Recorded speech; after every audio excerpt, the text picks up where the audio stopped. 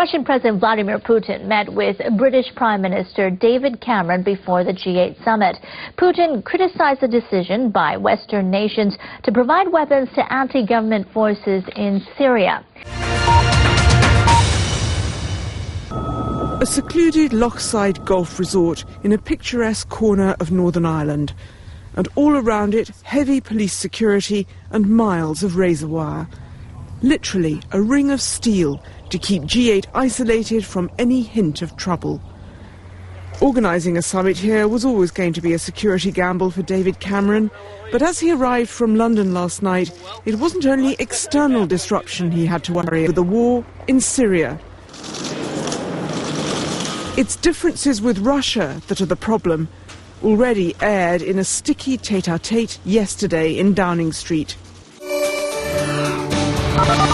The Russian president made a reference to a video allegedly showing a Syrian rebel eating the heart of a dead soldier.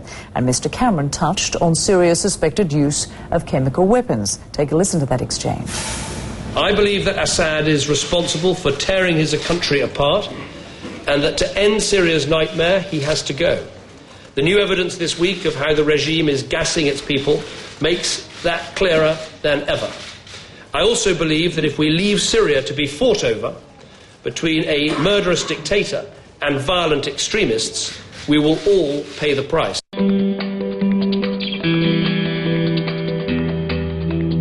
The US decision to send weapons to Syria's rebels has angered Putin, whose government is an ally of President Bashar al-Assad.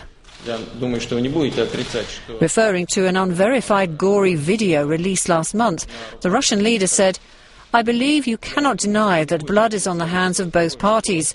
I believe one does not really need to support the people who not only kill their enemies but open up their bodies and eat their intestines in front of the cameras.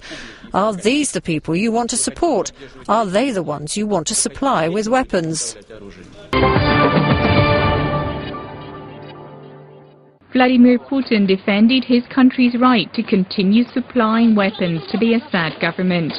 They were the Russian leader's first public comments since the US administration said it was prepared to send military aid to some rebels because it said it had evidence the government was using chemical weapons. David Cameron and Vladimir Putin will now continue their discussions at a resort in Northern Ireland at the G8 summit. It's possible that sealed off from the rest of the world, the leaders might make some progress on the stalled attempts to initiate a Syrian peace conference. But even that appears a remote possibility.